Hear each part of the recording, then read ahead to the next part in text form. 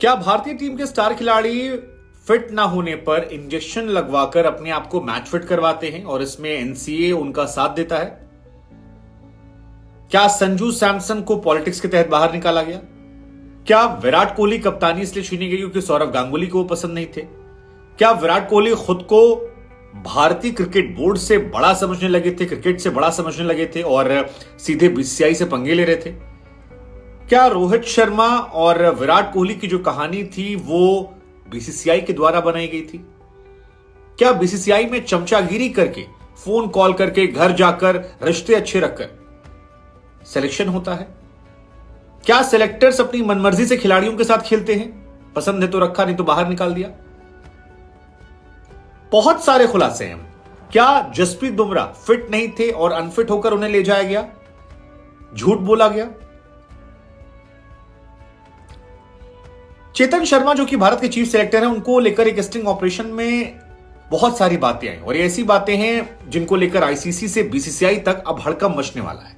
अगले कई दिनों तक चर्चा होने वाली और भारतीय क्रिकेट थोड़ा सा इससे शर्मिंदा भी होने वाला है। सबसे बड़ा खुलासा जो है वो अनफिट खिलाड़ियों को लेकर है। खबर इस स्टिंग ऑपरेशन से ये निकली है कि जो सीनियर खिलाड़ी हैं वो अनफिट होने पर एक खास तरह का इंजेक्शन लेते हैं और ये ऐसा इंजेक्शन होता है जो डोपिंग टेस्ट में नहीं पकड़ में आता है।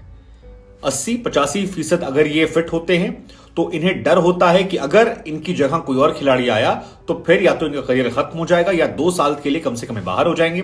लिहाजा टीम में जगह बनाए रखने के लिए ये इंजेक्शन लेते हैं और इन तमाम बड़े खिलाड़ियों के पास अपने अपने स्पेशलाइज्ड डॉक्टर्स हैं। वो डॉक्टर इन्हें ये इंजेक्शन लगाते हैं, जिसके बाद ये एनसीए जाते हैं।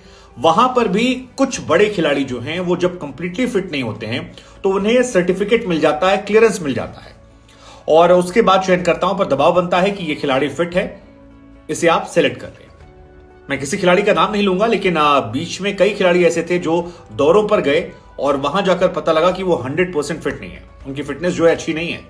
और चेतन शर्मा का ये खुलासा जो है ये बीसीसीआई और आईसीसी दोनों तक पहुंचने वाला है और कई खिलाड़ियों को और बोर्ड को इससे काफी परेशानी या चीछा लेदर होने वाली है। दूसरा और सबसे बड़ा खुलासा जो हुआ विराट कोहली को लेकर हुआ। एक खुलासा तो ये हुआ है कि कोहली जो हैं वो दादा को पसंद नहीं करते थे और दादा यानी सौरव गांगुली विराट कोहली को पसंद नहीं करते थे। रोहित शर्मा को सौरव गांगुली ने फेवर नहीं है कप्तान बना के, बल्कि क्योंकि विराट कोहली को वो नापसंद करते थे तो वो नापसंद की वजह से उन्हें हटाया गया। आप कह सकते हैं कि विराट कोहली के खराब फॉर्म का फायदा जो है उठाया गया। लेकिन एक और बड़ी बात आई कि विराट कोहली ने झूठ बोला। चेतन शर्मा कहते हैं कि विराट कोहली जो हैं उन्हें ऐसा लगा कि सौरव गांगुली ने उनसे कप्तानी छीनी, बट एक्चुअली ऐसा नहीं हुआ था। सेलेक्टर्स की मीटिंग में 9 लोग थे और गांगुली ने यह कहा था कि आप कप्तानी के बारे में एक बार सोच लीजिए, लेकिन शायद विराट कोहली ने कुछ सुना नहीं या और समझा और साउथ अफ्रीका जाते वक्त वहां पर प्रेस कॉन्फ्रेंस करके बेवजह इस मुद्दे को उछाल दिया, जबकि इसकी जरूरत नहीं थी। वो शायद बीसीसीआई या फिर दादा को एक मैसेज देना चाहते थे।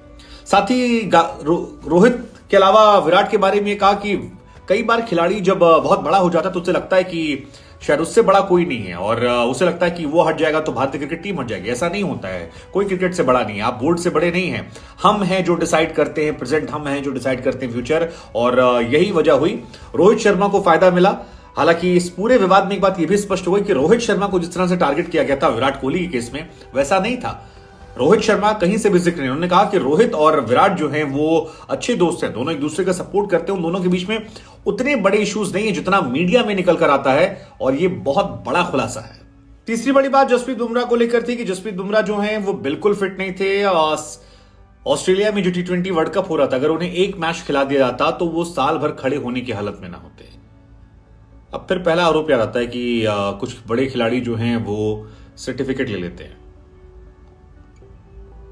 इंजेक्शंस लगवा लेते हैं।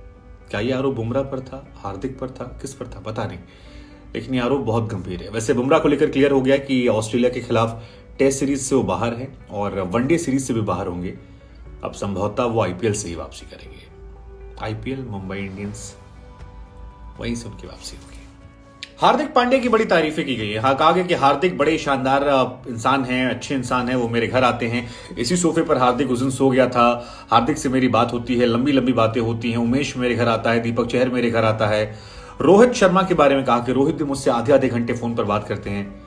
अब क्या ये सेलेक्टर्स को प्लीज करने का तरीका है?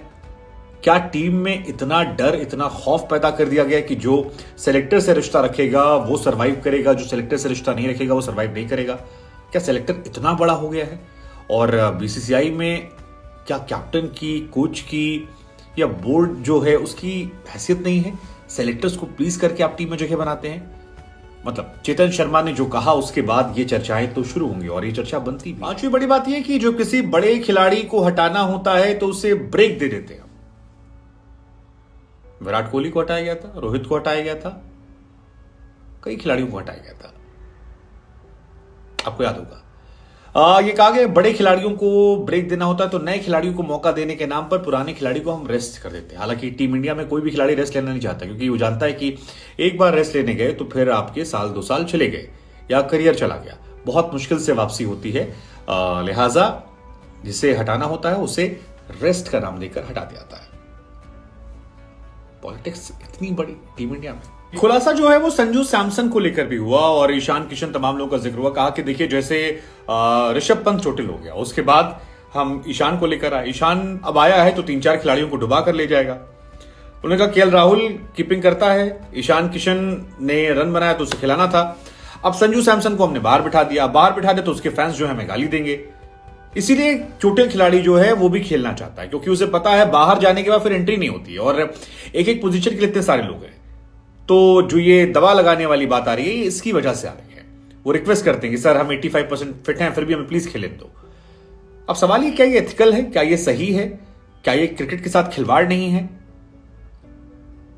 इस खुलासे के बाद बहुत सारी चीजें देखने को मिल सकती। खैर हम आपको जानकारी के लिए बता दें कि Chetan Sharma x Indian cricketer हैं, गेंदबाज थे और T20 वर्ल्ड कप तक ये सिलेक्शन कमेटी के हेड थे। फिर इस कमेटी को सैक कर दिया गया। फिर जब कमेटी में दोबारा इन्हें फिर से हेड बना दिया गया। इनके पास पावर बहुत ज्यादा है और बीसीसीआई टॉप्स के ये खास रहे हैं। लेकिन अब इस घटना के बाद क्या बदलेगा बीसीसीआई में? खासतौर पर सौरव गांगुली और विराट कोहली को लेकर जो खुलासे हुए हैं वो बहुत परेशान करने वाले हैं।